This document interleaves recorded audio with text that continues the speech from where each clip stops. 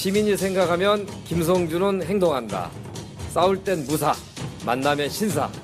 김성주 인사드립니다.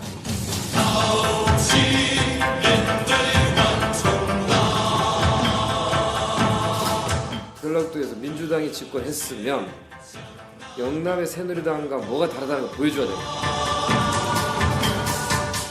이 정부가 거꾸로 국민의 편이 아닌 이 돈의 권력의 편을 들어주고 나 둘이 결탁을 해버리면 경제 권력과 행정 권력이 결탁하면 무소불위의 권력이 되는 거죠. 나는 지금 현재의 우리나라가 그런 상태라고 봅니다.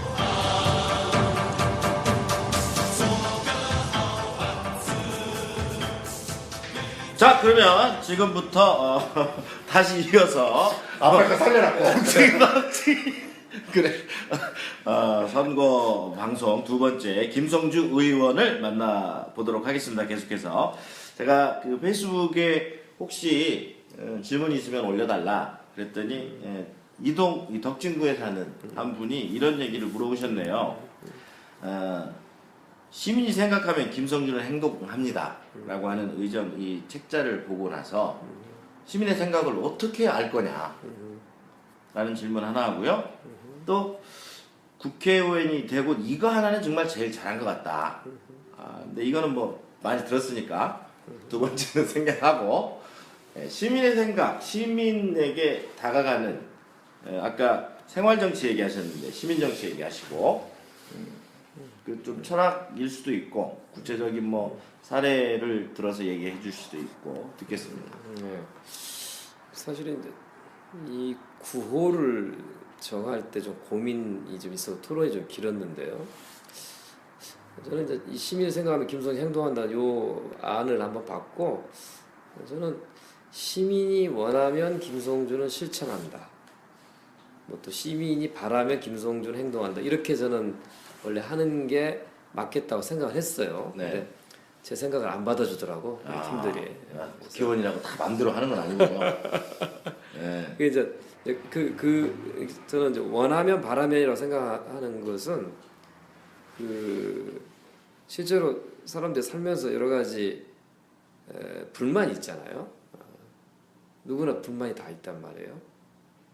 그것은 이제 불편함에서 나오기도 하고 불안함에서 또 나오기도 하는데 어쨌든 간에 이제 불만으로 가게 되는데 그래서 그걸 해결하기 위해서 뭔가를 요구할 거 아니에요. 예를 들어서 버스가 자주 안 온다.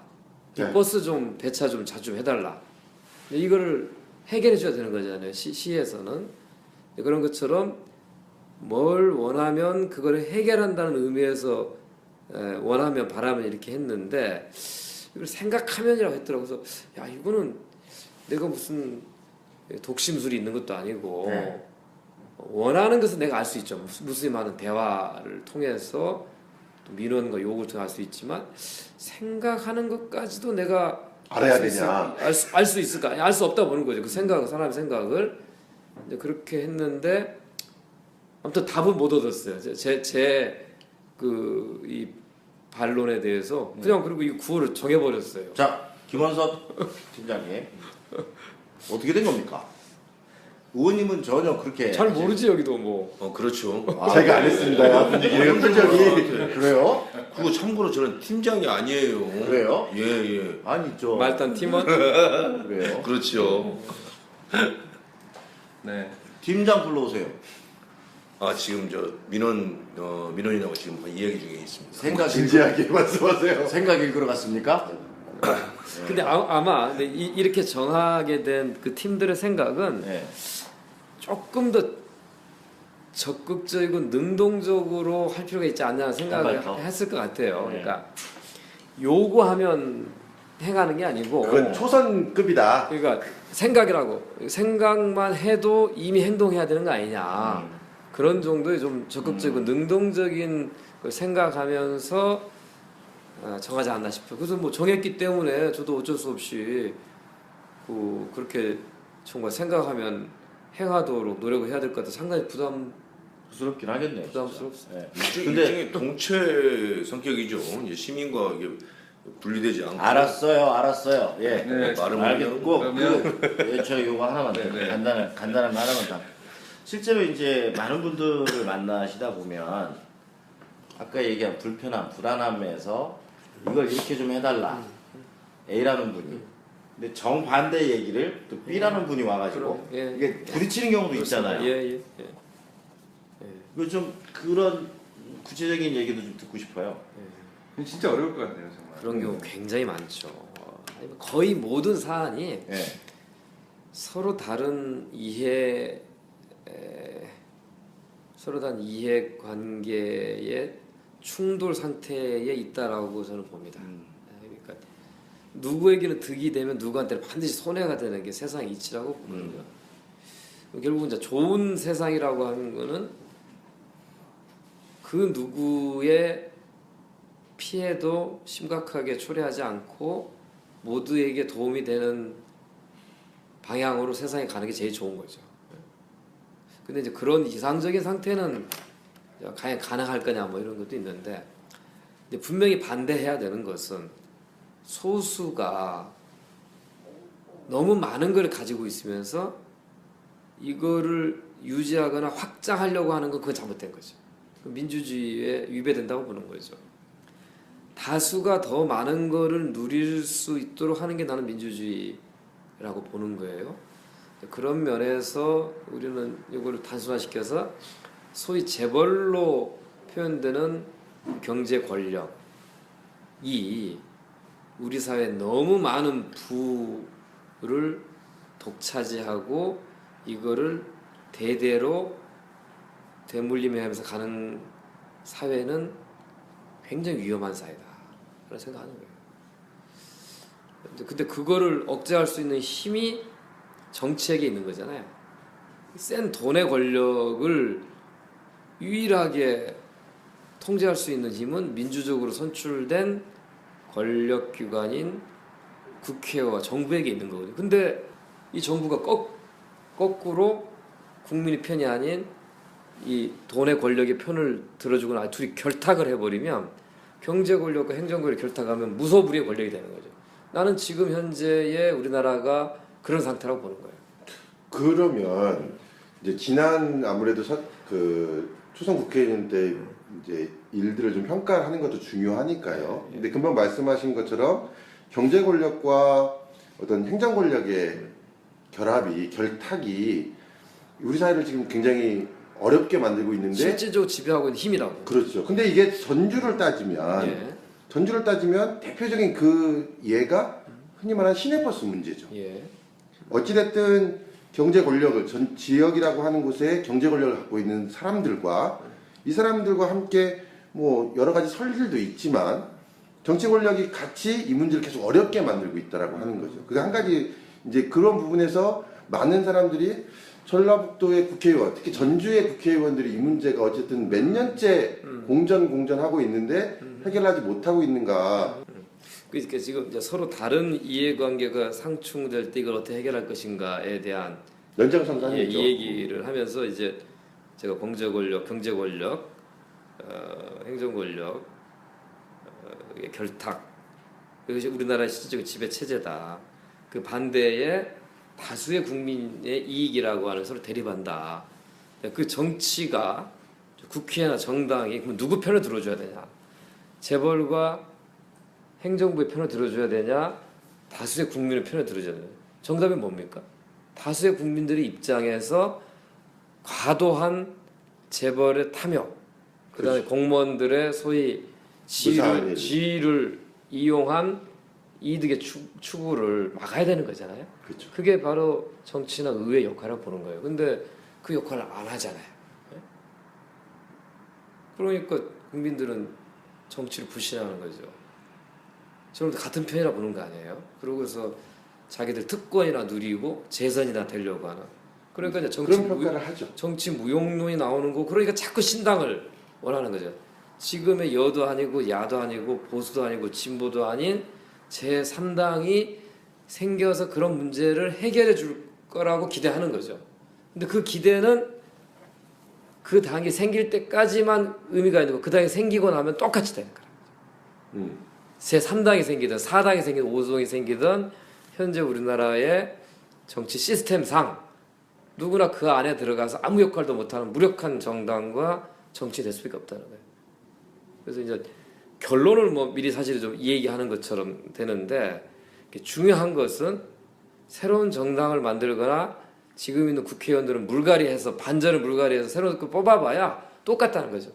그 당도 똑같은 당이 될 거고 그 국회의원도 똑같은 국회의원이 될 거라는 거죠. 그래서 기본적으로 우리 사회의 시스템을 근본적으로 개혁하지 않는 한 이런 정치가 국민들의 절박한 문제를 해결하는데 아무 역할도 하지 못하는 거는 반복될 수밖에 없다는 거죠.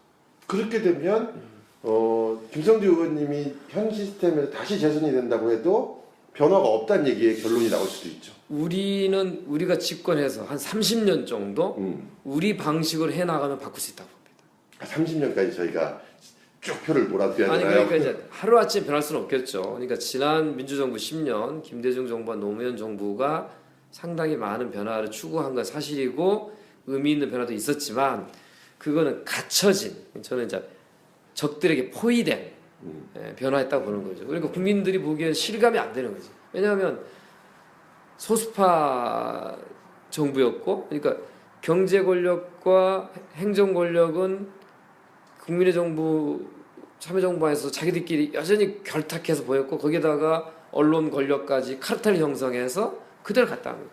정부기관도 군대도 경찰도 검찰도 심지어 법원까지도 자신들의 기존의 소수 보수 지배 체제 특정 지역에 기반한 TK에 기반한 이걸로부터 벗어나지 못한 거죠. 그리고 난 다음에 이제 10년 후에 MB정 등장한 다음부터는 오히려 기존에 하려고 했던 변화를 깨끗이 청소하고 밀어낸 거 아닙니까? 그리고 박근혜 정부 한술 더 떠서 뭐 거꾸로 돌아가 버리는 거잖아요. MB 정부는 부정했죠. 그러니까 뭐 나토라고 그랬죠. 그러니까 노무현 정부 때 했던 건 아니고 뭐든지 다 오케이. 근데 여기는 뭐 박정희 시대로 돌아가 버린 거 아니에요? 창조적으로 이렇게 뒤집어 엎으니까. 그렇죠. 그러니까 이 상황을 견뎌내야 되는 국민들 그다음에 야당은 정말 힘든 거죠. 그런데 아까 그 질문하고 지금 제가 잘 아니, 이제 이해 못하겠어요. 그러니까 상충되는 서로의 요구가 있을 때 어떻게 조정하시느냐라는데 그러니까 결론을 미리 내려놓은 거고 터져버렸어요. 이제 큰 문제 얘기하고 네. 다시 이제 지역으로 돌아와서 이제 뭐 버스 문제를 이 얘기를 하면요. 그 지금까지 이 얘기하는 거는 한 국가적으로 우리 사회를 실질적으로 지배하는 힘이 어디에 있느냐를 놓고 보는 겁니다. 이제 뭐 경제학이나 사회학에서 개별 기업에서의 노사 문제를 다루기도 하지만 총자본과 총노동의 관점에서 보기도 하는 거예요. 그러니까 개별 자본의 힘이 기업에서 세고 갑이지만 전체 자본에서는 아주 작은 부분이라는 거죠. 그래서 이 문제를 개별 단위 사업장에서 노사 문제로 풀 수 있는 문제가 있고 그렇지 않고 전 사회적으로 해결해야 될 문제가 있다는 거죠. 전주 버스 문제가 그런 관점에서 보지 못하면 해결책을 찾기가 굉장히 어렵다라는 거예요. 그래서 제가 큰 틀에서의 우리 사회 실질적으로 지배하고 있는 힘과 그로부터 벗어나기 위해서 우리 사회가 어떤 방향을 가야 되냐 정치적인 방향을 제시를 한 거고 그렇게 생각하는 사람들이 국회의원하고 시장하고 도지사하고 있는 데서 왜 버스 문제가 이렇게 안 풀리냐 이 의문을 묻는 거잖아요. 그렇죠. 직접적으로 아까 예를 드신 그런 시도 민주당이 국가 전체를 경영할 정도의 다수당이 아직 못 돼서 국가가 지금 이 모양 이 꼴인 건 저희도 동감하는데 그렇다라고 하면 전북은 사실 여기가 민주당이 오랫동안 다수당이었고 시장과 도지사 그러니까 관도 마찬가지였고 라고 하면 큰 변화까지는 아니어도 작은 시도와 변화가 여기서부터라도 자꾸 이루어졌어야 되고 그랬을 때 우리들이 집권하면 그림을 만들 수 있다. 그 예가 여기에 있다. 라고 보여주는 그림이 사실은 몇 가지 특히 중요한 대목에서는 보여주지 못했다라고 하는 거죠. 버스 문제는 제가 이 버스 파업이 있어요. 제가 도의원 때 버스 파업이 아주 해결할 수 없는 어려운 지경이 왔을 때 제가 새정부신문에 칼럼을 기고한 게 있어요. 버스 100억과 수도 1000억의 차이라는 제목이었어요. 이제 뭐 검색해 보시면 나올 텐데, 자 현재 전주시가 버스 보조금 100억을 주고 있다. 근데 이건 민영이다. 자 수도는 전주시가 직영을 한다. 상수도 사업소 이름이 지금 맑은 그렇죠. 물 네. 사업소로 해서 상하수도를 다 하잖아요. 전주시가 직영을 해요. 근데 그게 들어간 돈을 보니까 한 1,100억 정도 돼요. 네. 자, 1,100억 들어가는 수도 사업은 전주시가 하는데 왜 버스는 시가 직영하지 않을까? 이런 의문을 제기한 거예요. 그러니까 이제 시장이 벌쩍 튀는 거지. 그 시가 직영하면 100억이 아니라 200억, 300억 들어가야 됩니다. 그렇게 할 수 없습니다. 이렇게 얘기하는 거예요. 근데 외국은요. 대표적인 시장 국가인 뭐 미국이나 일본조차도 대중교통은 지자체, 지방 정부가 직영하는 경우가 굉장히 많습니다. 위탁을 주더라도 지자체가 소유권을 갖고 위탁 경영을 시키는 것이지 민간이 버스 사서 노선 운행하는 경우는 없어. 영국도 보수당이 집권하면 대체가 집권했을 때는 그걸 민영화하려고 했고 노동당이 다시 집권하면 다시 또 공영화하고 이런 반복되면서 영국은 굉장히 제도가 복잡해졌는데 거의 대부분의 유럽의 나라들은 버스를 공영제하는 데가 많습니다. 왜?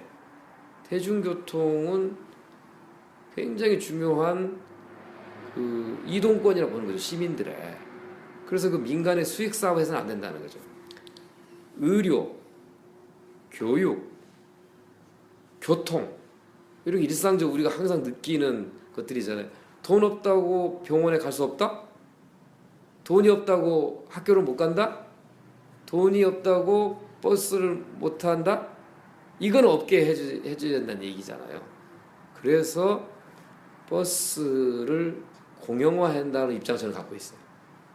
그 얘기하는 거예요. 이거. 그러니까 아까 말씀하셨을 때 전주의 의제를 국가적 의제로 올리겠다라고 하는 얘기를 하셨는데 사실 저는 이 버스 문제는 시장이나 도의원, 시의원들이 머리맞대고 해결할 일이라고 생각하고 국회의원은 이 전주에 발생한 이 의제가 버스라는 의제가 전국적으로 어떻게 되는지 보고 그걸 법제화하거나 다른 여론을 형성하거나 해서 국가적인 의제로 버스 문제를 다른 시도는 어떻게 하고 있는지 이렇게 하는 게 국회의원의 할 일이라고 생각하거든요.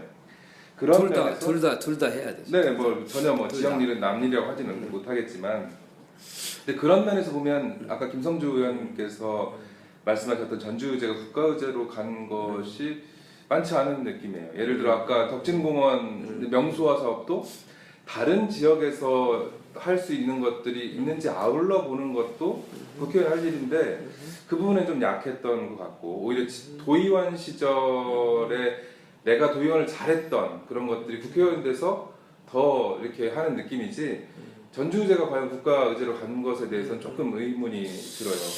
그 이 버스 문제 해결하기 위해서 제가 했던 두 가지 시도가 있었어요.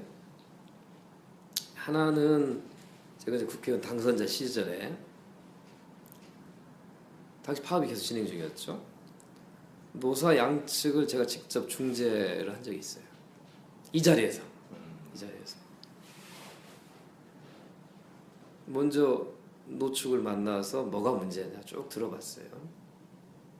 사측을 만나서 쭉 들어봤어요. 그래서 제가 물어봤어요. 끝까지 가기 원하냐? 양측이 물어봤어요. 그건 원치 않대. 그러면 타협 좀 찾아야 되는 거고요. 그럼 원하는 게 뭐냐? 라고 하니까 이제 얘기하더라고요. 이거 이렇게 필요하고 이거 해야 돼, 이거 해줘야 돼. 그래서 양쪽의 주장을 듣고 난 다음에 또 그 얘기를 상대방한테 전하고 난 다음에 상대방과 파국을 원하지 않는다. 그러면 타협해야 되지 않겠냐? 타협할 수 있겠냐? 타협할 수 있다 그러더라고. 그래서 이 자리에 불렀어요. 이 자리 양쪽. 이쪽이 버스 회사 사주 측이 오고 이쪽이 노조 대표들 쪽 왔어요. 그래서 내가 직접 중재했어요. 자, 노측에서는 이거를 요구한다. 사측이 이거 받아들이겠느냐? 막 성토대 하는 거야. 이거 뭐 저쪽 지금 우리가 얼마나 손해를 받고 근데 뭐 저쪽. 사측에서 한 요구를 노측도 얘기했어요. 그때만은 그거는 뭐 우리를 뭐 깨기 위한 거고 막 아무튼 막 서로 간에 막 이 자리에서 막 삿대질하고 막 싸우고 막 나가고 뭐 난리가 난 거예요, 난리가. 근데 그렇게 서로 싸웠어요. 이제 그러고 난 다음에 내가 한번 타협안을 한번 내보겠다. 그래서 세 가지를 직접 작성을 했어요.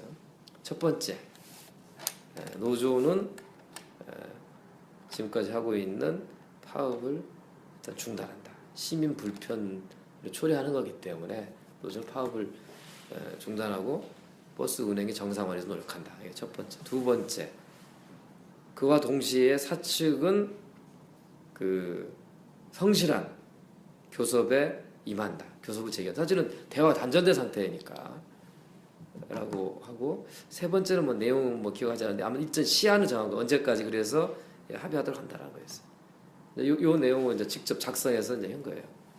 노측 어떻게 생각하냐?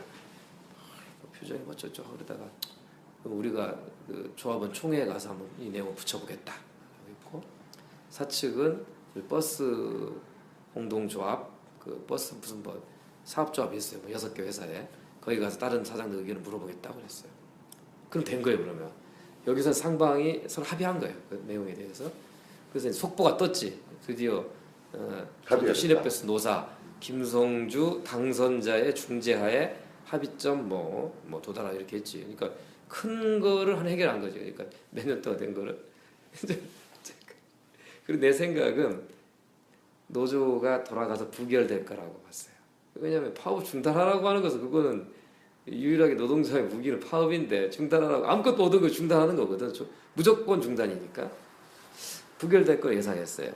뭐 사측은 좀 교섭을 재개한다는 게 불만이긴 하지만 노측이 파업을 중단한다고 했으니까 뭐 크게 불만 없을 거 생각하고 이제 갔어요.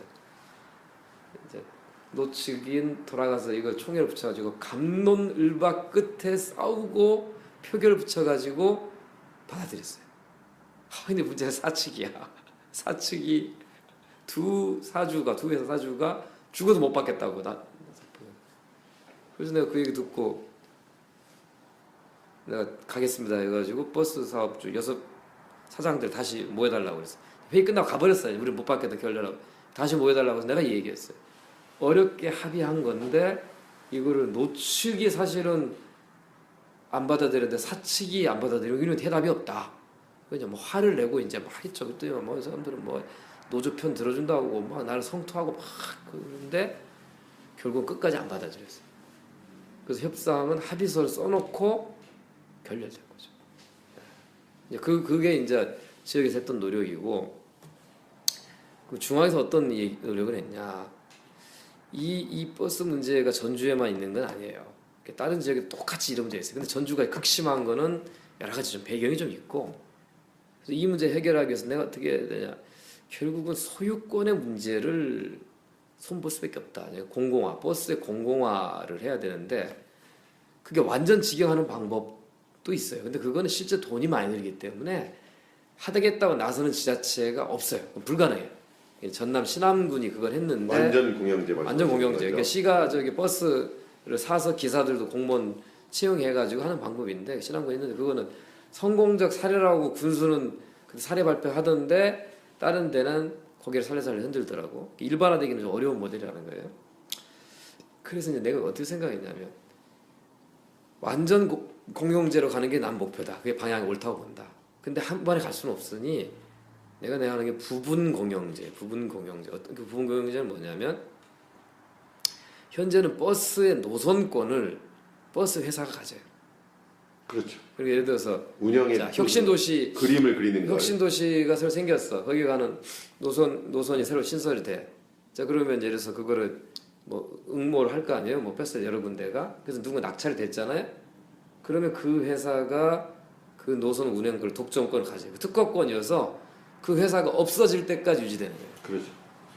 그거는 나는 말이 안 된다고 생각하고요. 왜냐하면 도로라고 하는 것이 시민의 세금을 들여서 한 건데 그 도로를 다닐 수 있는 권한을 특정 버스에서 독점한다는 이건 아닌 거거든. 그렇게 하는 나라가 없어요. 그래서 노선권은 시가 갖대. 신설 노선을 시설을 갖대. 운행권만 갖는 거죠. 근데 그거를 영구에 주는 게 아니라 지금 영구. 근데 그거를 5년으로 제한하는 법안을 낸 거예요. 버스 여객 뭐 운수 자동차 사업법을 낸 거예요. 그거 내가 직접 낸 거예요.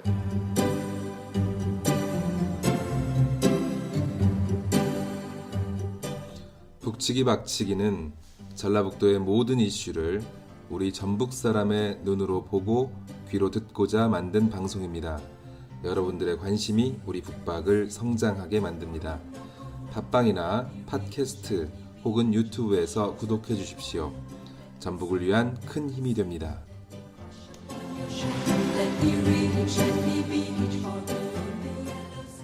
그렇지. 그러니까 한 번 가면은 영원히 가지는 게 아니고 5년마다 평가하고 잘하면 다시 줄 수 있지만 아니면 회수할 수 있다는 거죠.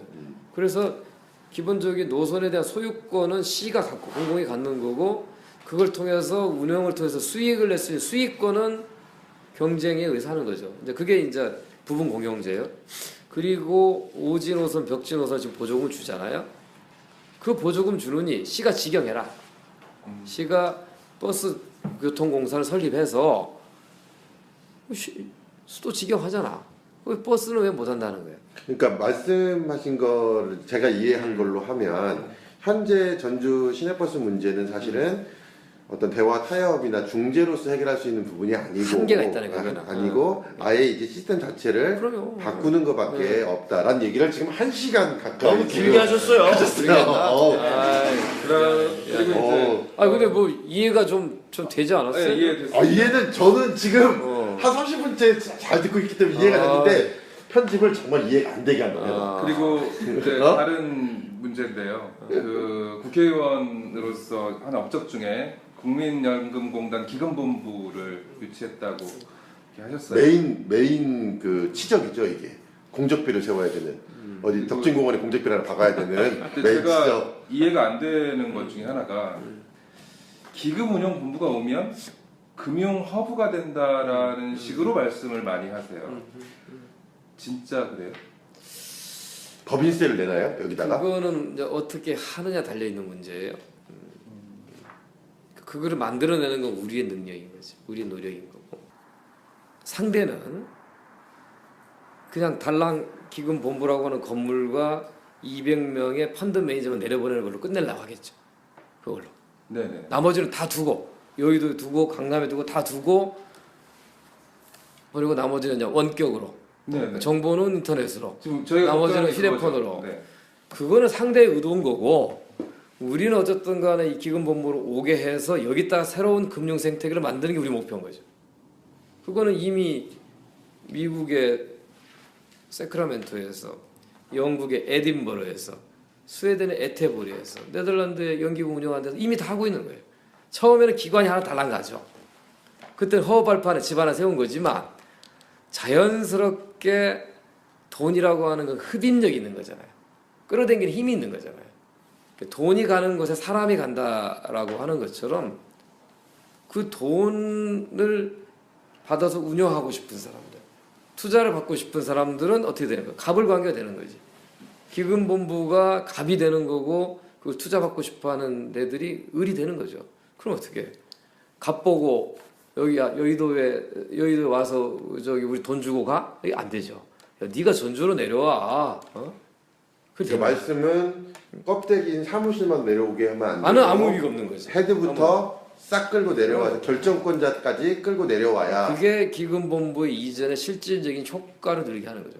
그거는 아주 치밀하게 집요하게 노력해야 가능한 것이지. 단박에 될 수는 없다. 기금본부 그냥 왔으니까 뭐 우리가 뭐 여기 뭐 은행 뭐 증권사가 지점을 다 설치하고 뭐 투자 받는 뭐 대기업들이 다 여기 와서 뭐 하고 골드만삭스가 뭐 지점을 내고 이런 거는 순진한 환상이 기대고 그렇게 하기 위해서 여기를 붙박이로 딱 만들고 내가 가는 게 아니라 네가 오게 만들어야 되는 거죠. 그래서 내가 제설을 해야 된다. 그 안이 나에게 있으니까 그 말이 하고 싶으신 거잖아요. 그걸 왜 네가 해? 여기가 말렸다니까. 응? 여기가 말렸어. 답이 정해져 있는 걸 질문하잖아. 그게 아니라 지금 그 금융 허브라고 얘기하고 하는 그런 환상들. 그러니까 보통 정치인들이 우리가 믿을 수 없다, 불신스럽게 얘기되는 게 이런 지점이라고 보거든요. 나는 뭔가를 끌어왔어, 예산을 끌어오겠다. 그런 것들이 국회의원이 할 수 있는 것들은 예산을 끌어오는 일들, 그리고 지속적인 관심은 사실 쉽지 않고 지자체나 관악단체장들이 많이 그런 것들을 해야 되는 것들인데 그것도 뭐 약간의 한계가 있습니다만, 근데 지금 말씀하시는 것들이 마치 사람들에게 자 내가 끌어왔으니 여기는 금융허브가 될 겁니다. 그런 것들 사람들이 선거 때 엄청 좋아하죠. 제가 보기에는 이건 약간 너무 장밋빛으로 포장되어 있다 이런 생각이 들어요. 물론 공학적으로 반복된 얘기인데, 예. 그러니까 그거를 의심하려고 하는 노력보다 그걸 현실로 만들려고 하는 노력하는 게 훨씬 우리한테 필요하다는 게 전라북도에는. 그러니까 모든 것을 야 그거 좋은 거 주겠어? 안 주겠지. 뺏어가겠지 또. 이렇게 패배적으로 생각하지 말고 자 이거를 굉장히 어렵게 해가지고 불가능을 가능을 만들어놨어요. 자 그러면 이 가능한 데 가지고 무슨 꽃을 피우기 위해서 어디다가 물을 주고 뭐 어떤 조건을 만들 것인가에 대한 관심을 해야지 이게 올까 안 올까? 다시 또 뺏어가지 않을까? 이게 껍데기에 오지 않을까? 그렇게 한가하게 생각할 이유가 없다는 거죠.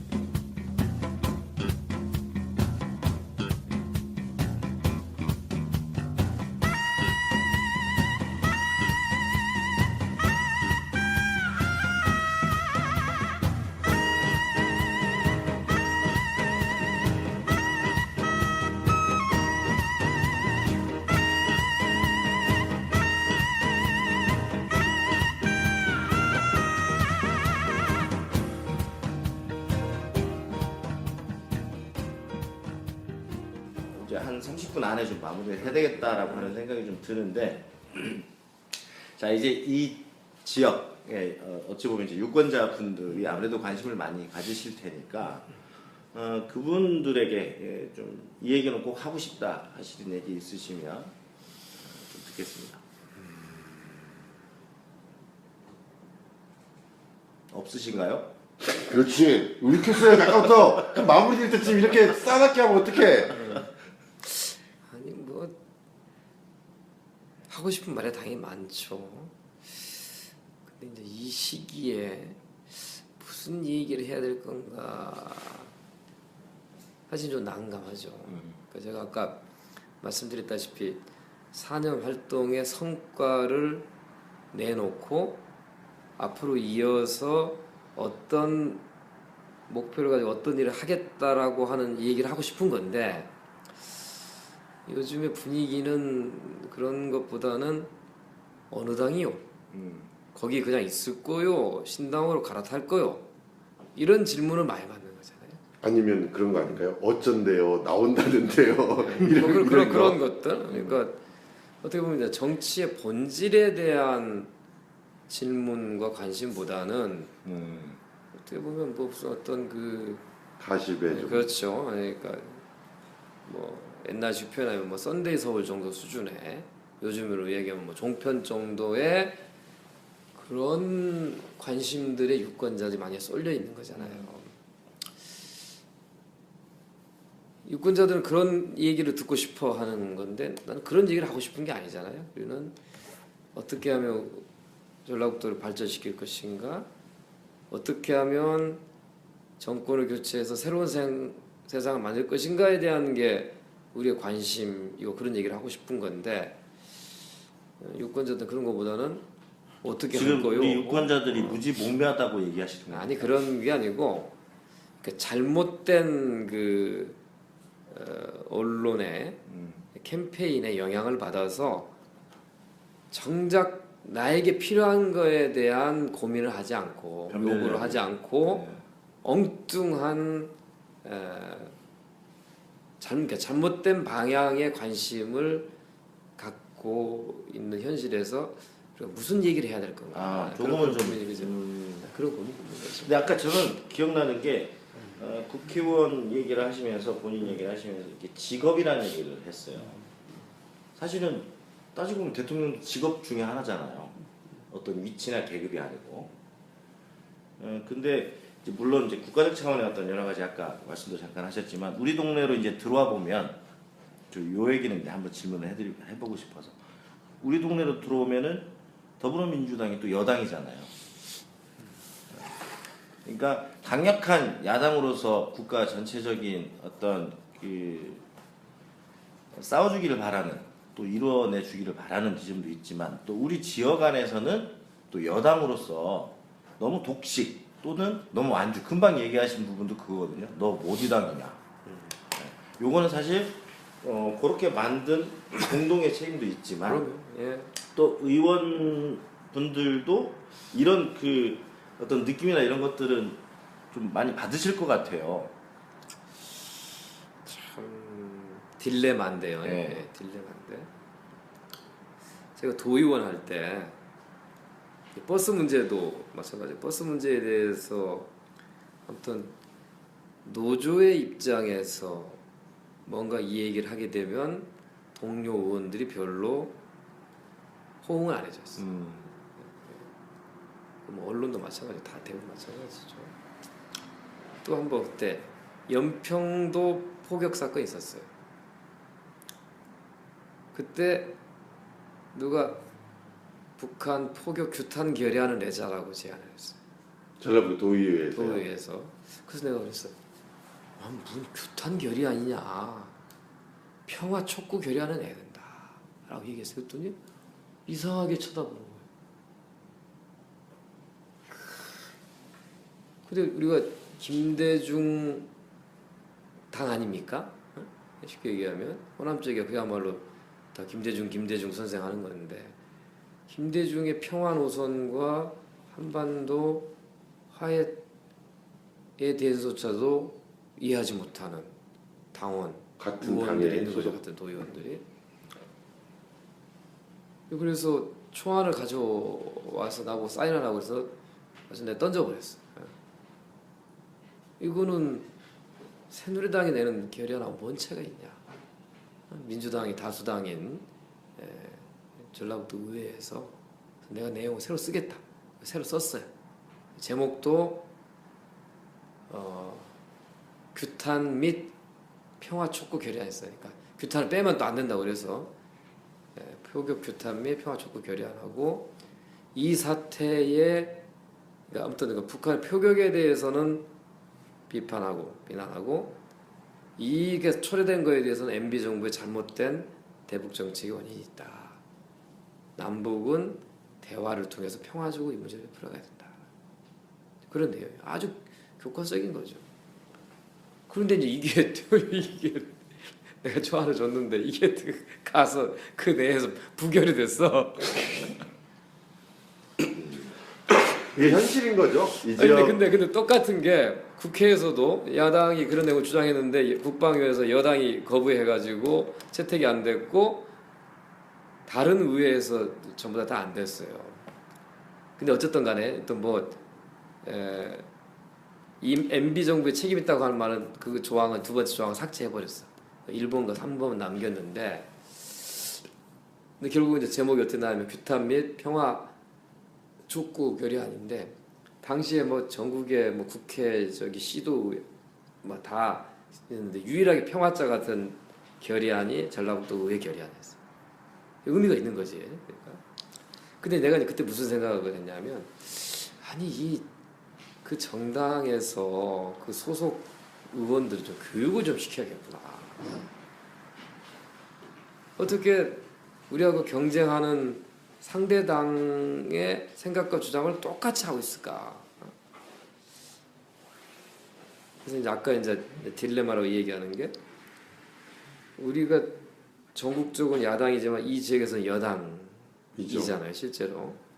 그러면 여당이면 이렇게 전라북도에서 민주당이 집권했으면 영남의 새누리당과 뭐가 다르다는 걸 보여줘야 돼요. 근데 하는 게 똑같으면 토호들의 의존하고 소수의 특권 경제가 중심이 되고 다수가 소외되는 이런 거.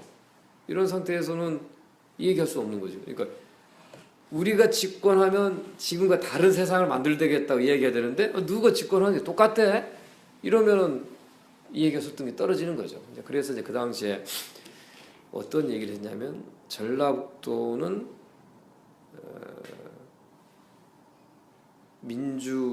민주주의를 향한 일종의 기지 역할을 해야 된다. 기지 역할이 돼야 되고 모델 지역이 돼야 되고 모범 지역이 돼야 된다.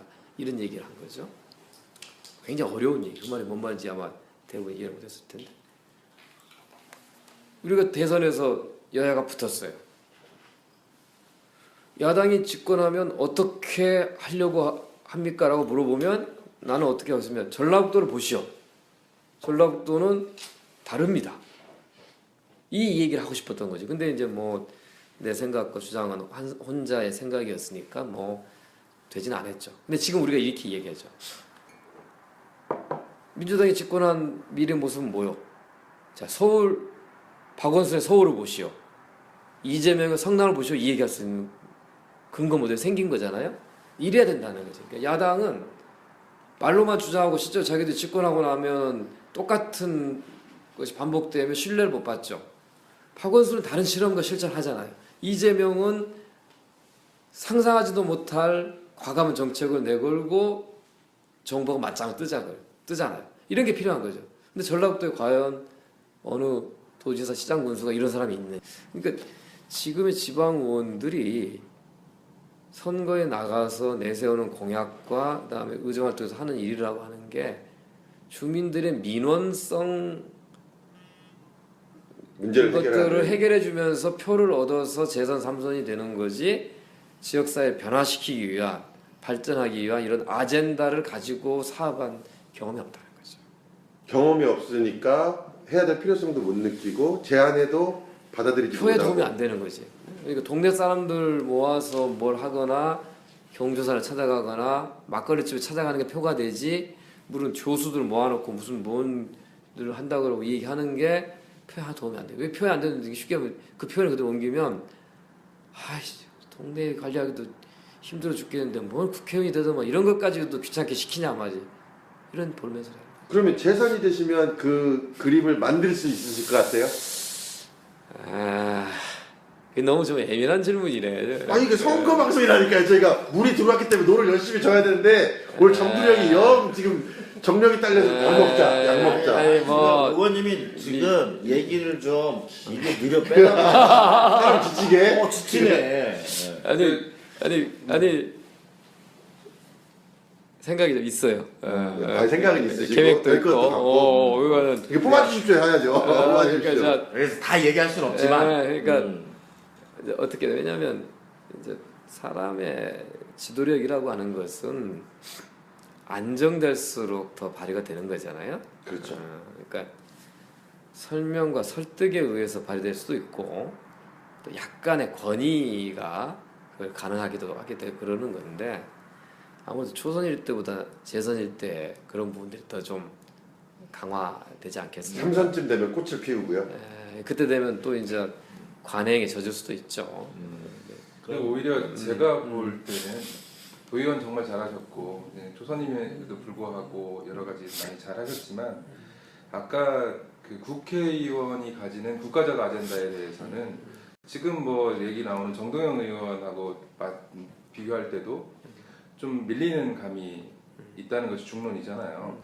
근데 지금 이 덕진구 얘기는 안 할 수는 없는 일이지만 사실은 재선이 되거나 했을 때 비전은 나는 국가적인 아젠다에 대해서 지금 이 우리 독재에 거의 가까워지고 있는 이 국가적 상황에 대해서 어떻게 대안을 마련할 것이고 보건복지부 간사시니까 하셨으니까 이 복지가 거의 없어지는 모든 게 없어지는 이 사태에 대해서 좀 더 비전이 이렇게 나왔으면 좋겠다고 늘 생각했는데 사실은 김성주 의원님 오늘도 지역 얘기에 다시 이렇게 하는 걸 보고서 꼭 이 질문을 드리고 싶었어요. 그러니까 그 부분이 많이 부족하다. 좋은 질문입니다. 네. 네. 절대 부족하지 않습니다. 절대 부족하지 않고 저희가 일주일 중에 어떤 간에 닷새는 서울서 활동하는 거고 여의도 활동하는 거고 이틀 내지는 사흘을 지역 활동하는 거잖아요. 과거의 국회의원들은 지역에 대한 관심과 열정에 대한 투자가 없었죠. 그냥 내가 나를 재선시켜주는 곳, 나한테 표를 주는 곳에 의해서 지역 기반이었죠. 근데 대한민국을 변화시킨다고 하면서 대한민국을 변화시키면서 지역의 변화는 눈 감아도 된다?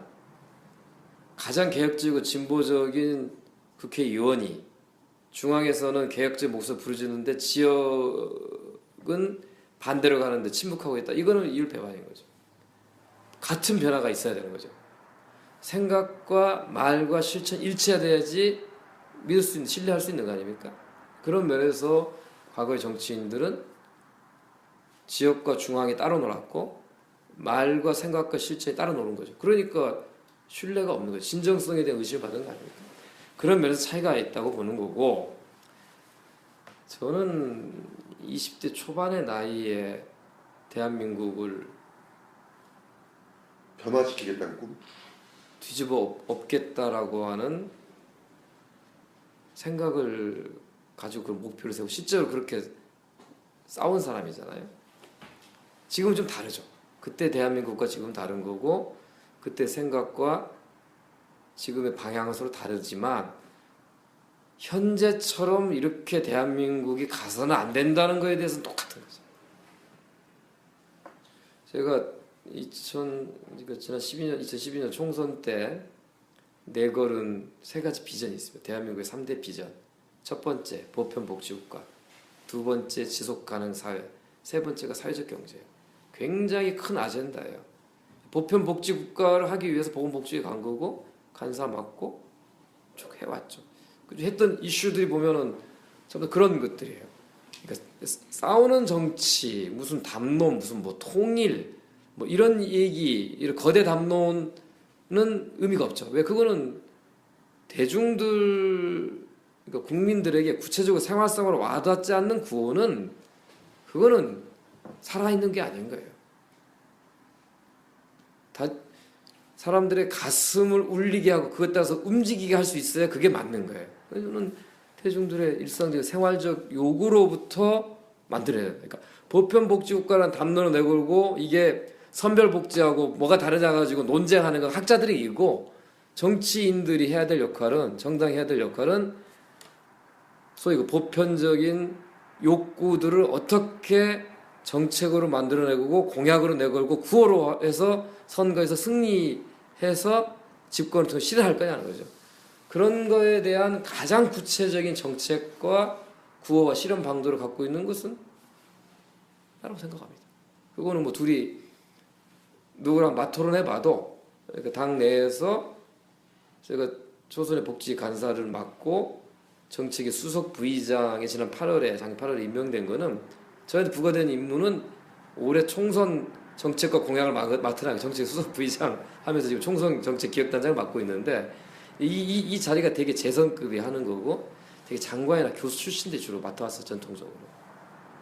근데 저한테 맡긴 거는 현실적인 감각, 그 다음에 그 현실적인 감각이라는 게 아주 작은 게 아니라 거대 담론에 입각하면서 현실적인 감각에 따라서 구체적으로 국민들의 마음을 움직일 수 있는 걸 만들어야 하는 거죠. 그 작업을 지난 8월달에 해왔어요. 아주 재미있는, 이게 쉽게 말해 차별 해석에 재미있는 게 많이 나왔는데, 당이 분란에 빠져들어가면서 발표를 해도 기자들이 안 와. 지금 사실은 기자회견 점유율을 안철수 씨가 너무 많이 가져가고 있어요. 뻑하면 기자회견이니까. 관심을 끄는 거지. 그러니까 지금 이제 우리 사회의 모순이 어디에 있느냐, 우리 국민들이 느끼는 불안과 불만이 어디에 있느냐, 이걸 찾아서 그 해결하는 해법을 가지고서 경쟁할 때, 예를 들어서 신당과 민주당과 새누리당의 경쟁을 하는 거를 양쪽의 차이가 뭐냐는 것을 언론이 조명하면서 국민들한테 선택하게 해야 되는데, 지금 그게 아니잖아요. 누가 탈당할까? 몇 명이 될까? 그 소리 할까? 원래 이게 아침 드라마가 욕하면서도 보는 거거든요. 그러니까 이제 그렇게 되면, 이제 그렇게 되면 당이 뭐 3당이 생겨 4당이 모두 생기든지 간에 우리가 가지고 있는 이 답답한 현실을 해결하는데 아무 도움이 안 돼요. 자, 이번에는 이제 안철수 신당이 생겼지만 그 다음 총선 때 또 무슨 신당이 또 생기겠지. 그런데 아무것도 해결되지 않은 상태에서 계속 갈아치우기만 하겠죠. 아니 오늘 하신 말씀 중에 나는 거기가 정말 제일 빵 터졌어. 내가 정말 열심히 준비해서 발표를 하고 있는데 아무도 써주질 않아 해서 나 정말 먹던 걸 토할 뻔했을 거. 토할 뻔했어. 아니 그게 우리 현실이라는 거지. 예. 이게 이번에 좀 단답형으로 대답을 좀 해주시기 바라겠습니다. 간절히 원합니다 정말. 네. 단답형으로 좀. 자, 김성주에게 이번 총선이랑 이거 어려운데. 좀 빨리 해주시기 바랍니다. 대답 못하시면 그대로 방송 나갑니다. 이번 총선이란 글쎄 새로운 미래를 열기 위한 도전이다. 또 도전. 김성주에게 전주 덕진이란 내가 살고 있는 곳이다. 김성주의 단점은 너무 진지하다. 어우 뭐가. 김성주의 장점은 너무 진지하다. 이건 아니, 예상했다. 매우 진지하다. 예상대로. 매우 진지하다. 이게 넘어가야 매우 진지하다. 자, 마지막 김성주에게 국회의원 배지란 글쎄, 일을 하기 위한 기회를 주는 것이다. 내 이상을 실현하기 위한 무기를 갖는 것이다. 네. 자, 저는 이 정도로 질문하겠습니다. 저는 지금 체력이 방전돼가지고 이 고도의 전술인 것 같아요. 뭐냐면 나도 힘들어. 이렇게 길게 해가지고 한 번 더 이렇게 얘기를 하게끔 하는 아주 고도의 전략이 아닌가. 네, 오늘 수고 많으셨고요. 예. 오늘 치기박치기 여기까지 하겠습니다. 예, 수고하셨습니다. 고맙습니다. 네, 수고하셨습니다. 근데 굉장히 세네. 이거 뭐 나는 그냥 뭐 이렇게 좀 해서 가볍게 하는 줄 알았는데. 아니 저희가